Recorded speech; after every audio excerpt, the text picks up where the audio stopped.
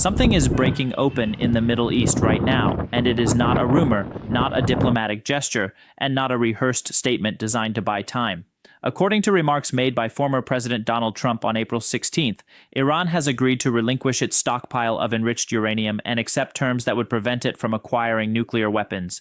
Those words alone would be extraordinary in any era of modern geopolitics, but the circumstances surrounding them, the sequence of events that made them possible, the fractures they have exposed inside the Iranian system, and the strategic reshaping they have set in motion across the entire region, make this one of the most significant moments the Middle East has produced in decades. To understand why, you cannot simply start with the announcement. You have to start much further back, because the uranium Iran has been forced to place on the negotiating table was never just a weapons program. It was the architecture of the regime's identity, its justification for existence, its source of leverage over every negotiation it had ever entered since the 1979 revolution.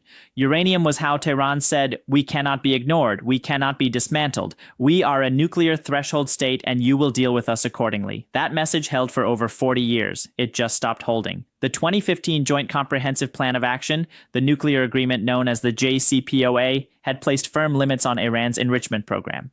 Under those terms, enrichment was capped at 3.67%, the stockpile was limited to 300 kilograms, and international inspectors maintained oversight of the country's key nuclear facilities. Iran was operating inside a defined perimeter. Then, during Trump's first term in office, the United States withdrew from that agreement unilaterally, and Tehran, freed from its constraints, released the brakes in every direction at once. Enrichment climbed from the agreed threshold to 20%, then to 60%.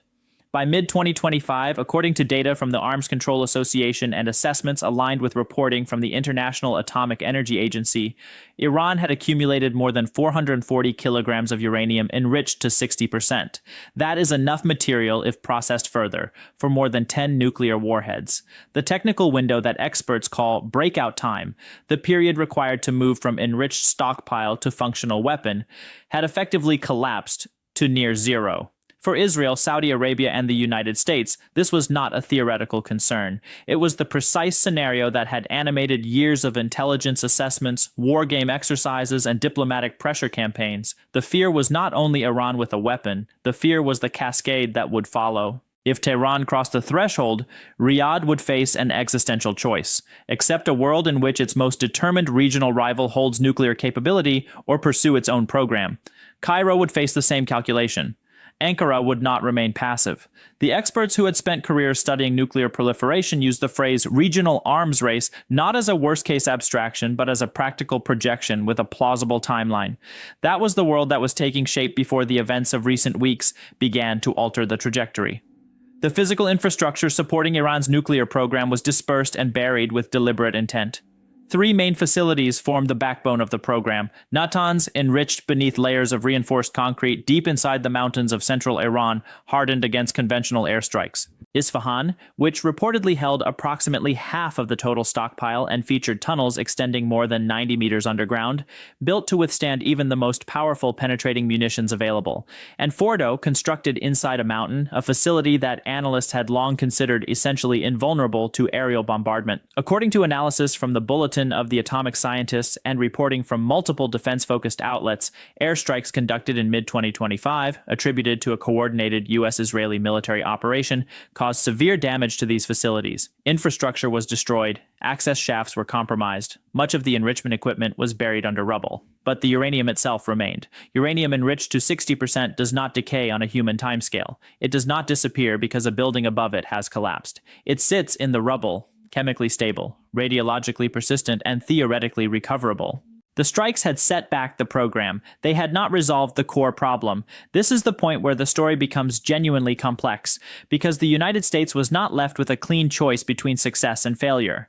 According to reporting from the Washington Post, the Pentagon had developed a contingency plan to physically recover Iran's enriched uranium through a direct ground operation. The 82nd Airborne Division would establish a forward operating position, construct a temporary airstrip in contested territory, and then work through 90 meters of collapsed tunneling to reach the cylinders.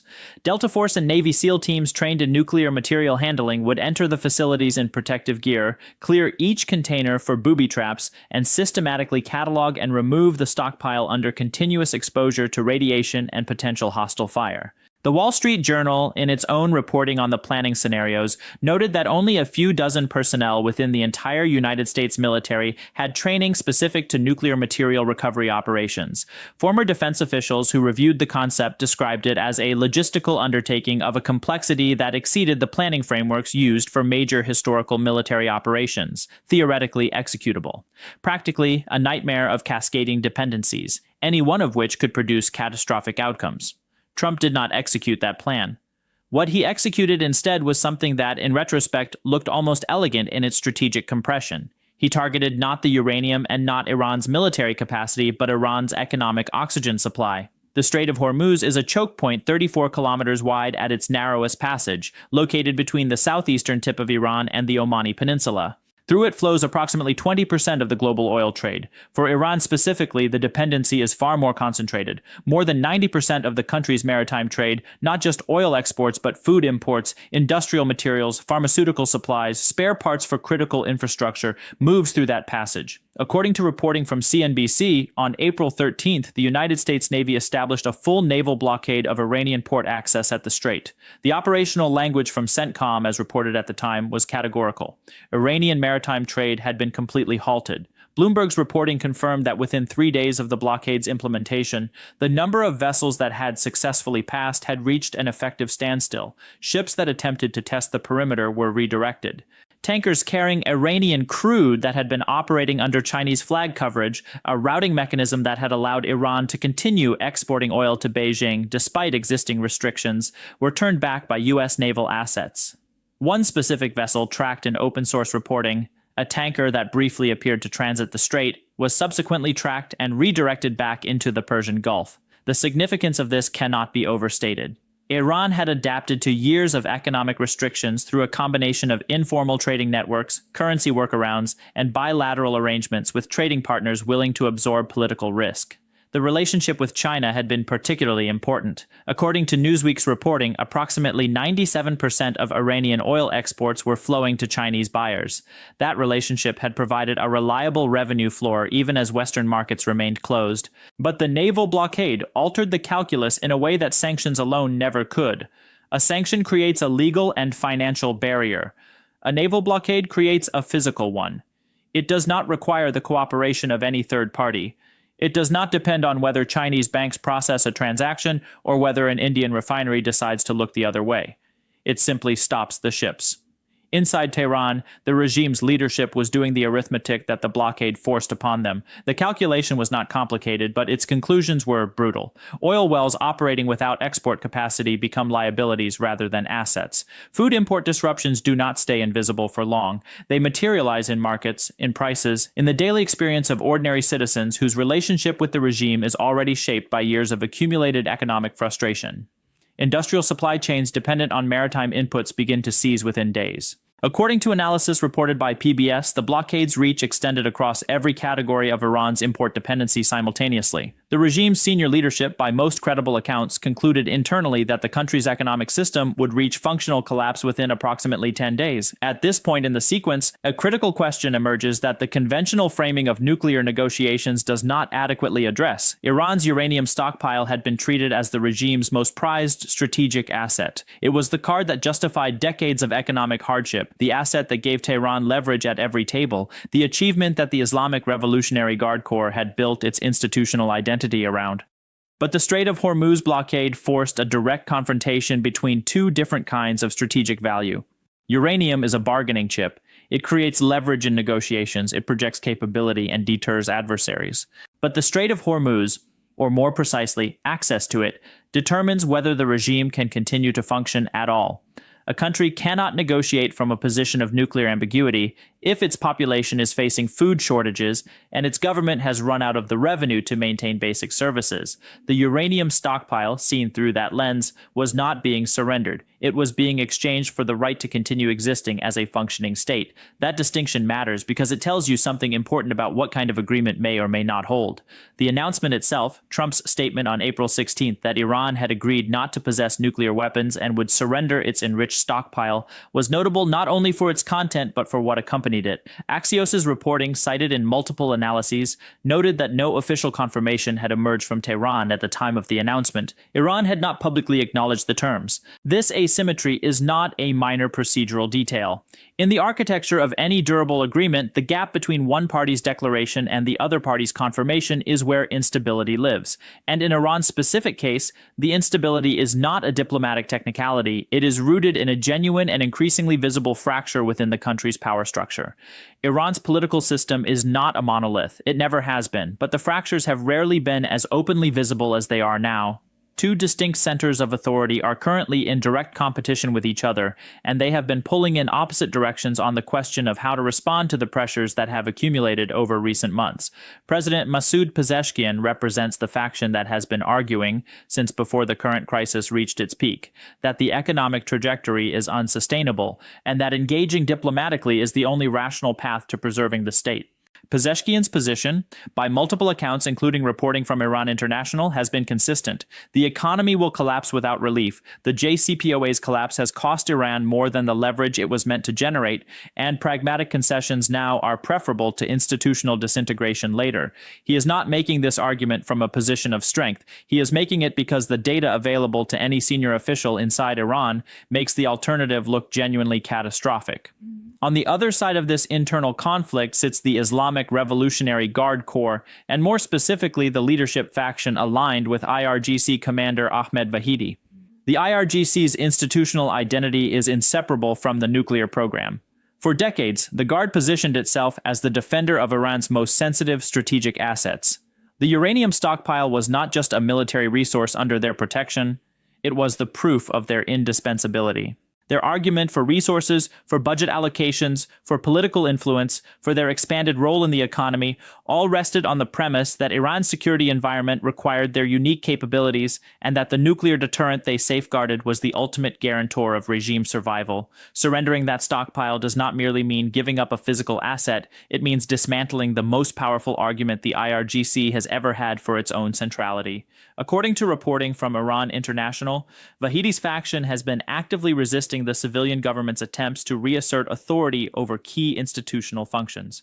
Presidential appointments have been blocked. Intelligence ministry positions have reportedly been filled through IRGC channels rather than civilian government processes. The Secretary of the Supreme National Security Council has faced sustained pressure.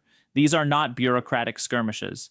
They are signals that one faction of the Iranian power structure believes it can effectively override the elected government's decisions on matters it considers fundamental to its interests, and surrendering the uranium stockpile falls squarely within that category. Hovering above this internal conflict is a figure whose role should constitutionally be decisive, but who has been conspicuously absent from the visible architecture of power in this crisis: Mojtaba Khamenei, declared the new supreme leader after his father Ali Khamenei was killed in the opening phases of the recent conflict, holds the constitutional authority that places him above both the president and the IRGC command.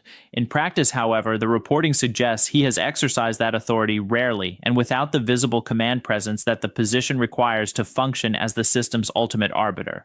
The resulting vacuum has allowed the IRGC's institutional momentum to continue, even as the civilian government argues that the current course is strategically incoherent. This is not a system in which one authoritative voice can make a decision and expect it to be implemented without internal resistance. It is a system in which the decision to surrender decades of accumulated nuclear capability could be announced by one faction and undermined by another simultaneously.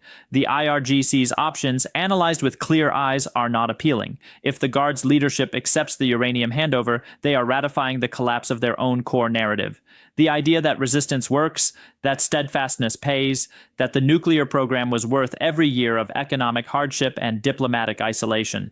Accepting this outcome means acknowledging that none of that was true, at least not in the form they claimed. If they attempt to sabotage the handover through physical obstruction of access to facilities, through relocating portions of the stockpile, through underreporting what actually exists, they are gambling on the assumption that the United States will absorb the provocation without escalation. Given the language Trump used throughout this period, that assumption carries significant risk. His public statements, blunt to the point of operational clarity, made the potential consequences of noncompliance about as explicit as any American president has ever made them. The blockade would intensify, the ceasefire framework would collapse, and the commando plan that was described as nearly impossible would suddenly be back on the table, with the full weight of the U.S. military behind it. The third option, an internal move against Pezeshkian's civilian government, establishing formal military rule, would likely accelerate, rather than resolve the institutional crisis, removing the last layer of political legitimacy the regime still holds while doing nothing to address the economic collapse that makes the entire situation untenable. None of these paths leads to a favorable outcome for the IRGC. The question is not which option is good, the question is which option is least catastrophic. And the visible signals, at least for now, suggest that the faction most opposed to concession is being pulled reluctantly and under enormous duress in the direction of the first option. The regional implications of what has already occurred, even before any formal verification process is completed, are substantial. Iran's nuclear program has functioned as the strategic umbrella under which its network of affiliated armed groups across the region operated with a degree of protection and leverage they could not generate on their own. The logic was straightforward. Any adversary considering serious military action against Hezbollah in Lebanon, against Houthi forces in Yemen, against aligned militias in Iraq and Syria, had to factor into its calculations the possibility that such action could trigger a broader confrontation with a state possessing near-nuclear capability. That implicit protection, the shadow of Iranian escalation potential, shaped the political environment across the region. Its removal, even partially, changes the strategic equations that regional actors have been working with. According to analysis from the Foundation for Defense of Democracies, the weakening of Iran's nuclear position has direct downstream effects on the operational confidence of these affiliated groups. The shadow has lifted. The cover has thinned. Israeli government signals regarding ceasefire discussions with Lebanon reportedly coincided with the period in which Iran's nuclear concession became apparent, a timing that was not likely coincidental. The removal of the nuclear dimension from the threat calculus appears to have created space for diplomatic engagement that was previously blocked by the overhang of strategic uncertainty. For Saudi Arabia and the Gulf states, the relief is measurable and long-standing.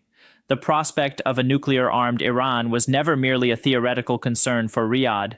It was a direct challenge to the regional order in which Saudi Arabia had positioned itself as the dominant Sunni power. That challenge has not disappeared, but it has diminished in a way that was not expected on this timeline. Inside Iran, the historical pattern is instructive without being deterministic.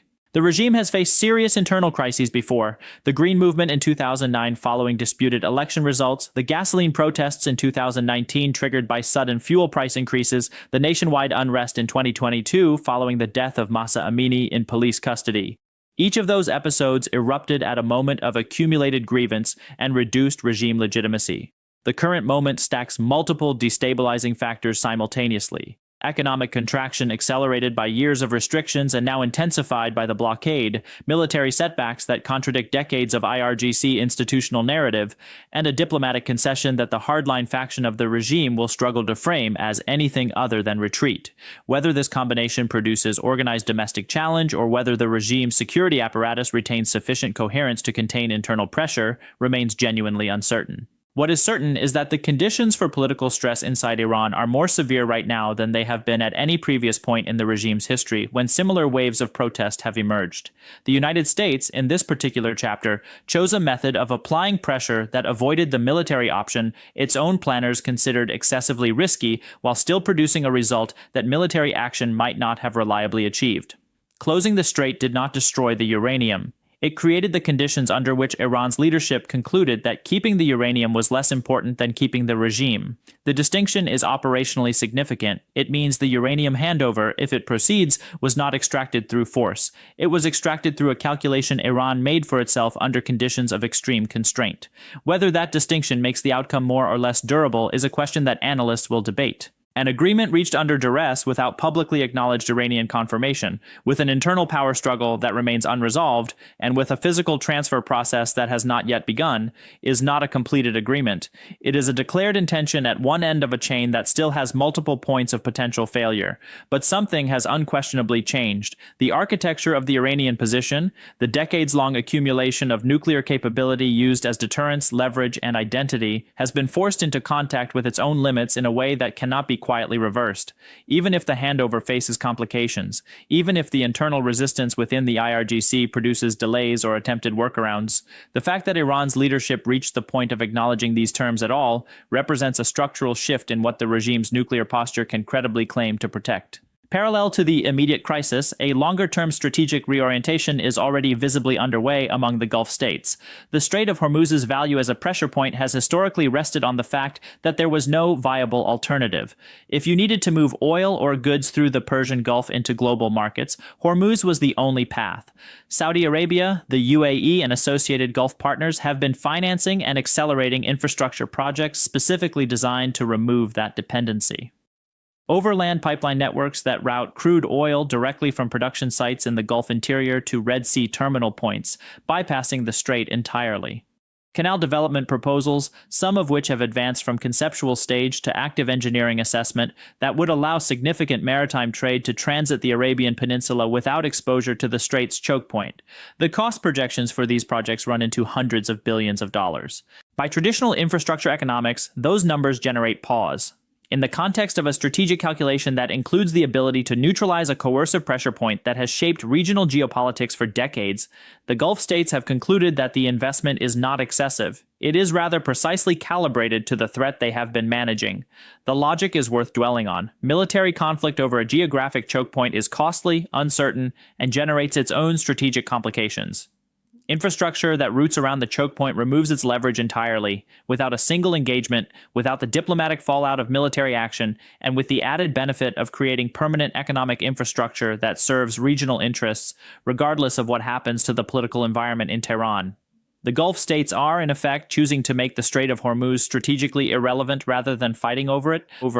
When that process is complete, and the timelines are being compressed by the urgency that recent events have made visible, Iran will no longer hold the ability to threaten global energy markets through control of the strait. The leverage that has amplified Tehran's negotiating position in every major crisis over the past 4 decades will have been engineered out of existence. This is the layer of the story that extends beyond the immediate announcement and its uncertain aftermath. The nuclear concession, if it holds, is a significant development, but the infrastructure bypass projects represent a permanent structural change in the region's strategic geography. One removes Iran's most immediate coercive capability. The other removes its most durable one. Both processes are now in motion simultaneously. What to watch in the coming days and weeks is specific. The first signal to track is whether Iran produces any form of official acknowledgement that matches what Trump announced. The gap between an American declaration and Iranian confirmation is where the agreement's actual durability will first become visible. The second is how the IRGC's internal communications, visible through public statements, personnel movements, and any observable changes in posture at nuclear facilities, signal whether the institutional acceptance that the situation appears to require is actually forming. The third is whether the naval situation at the Strait produces any changes. A maintained blockade signals continued American pressure and continued leverage. A relaxation of the blockade without completed verification would signal a different kind of negotiating dynamic. The fourth, further out, is whether the construction timelines on Gulf bypass infrastructure accelerate, because any acceleration in those projects tells you that the Gulf states are treating the current moment not as a resolution, but as a window in which to complete the permanent strategic repositioning they have been planning for years. Something unthinkable just happened in Iran. Whether it fully holds, whether the internal resistance fractures the process, whether the uranium reaches the verification stage that would make this a completed rather than declared concession, those questions remain genuinely open. But the direction of movement, the forces that produce this moment, and the structural shifts that are now accelerating alongside it all point in the same direction. The regime that built its identity on nuclear ambiguity has been placed in a position where that ambiguity became a liability rather than an asset. The country that used Hormuz as its ultimate pressure card is watching the strategic foundations of that card being systematically dismantled, and the region that spent 4 decades organizing itself around the threat of Iranian nuclear capability is beginning, cautiously and not without remaining uncertainty, to recalibrate. The situation is still moving. The ink, if there is any, has not yet dried, but the world that existed before these events is already different from the one taking shape now, and the distance between those two worlds is wider than most observers expected to see in a single week. This report is based on observable developments and strategic analysis, with some details still evolving as events continue to unfold.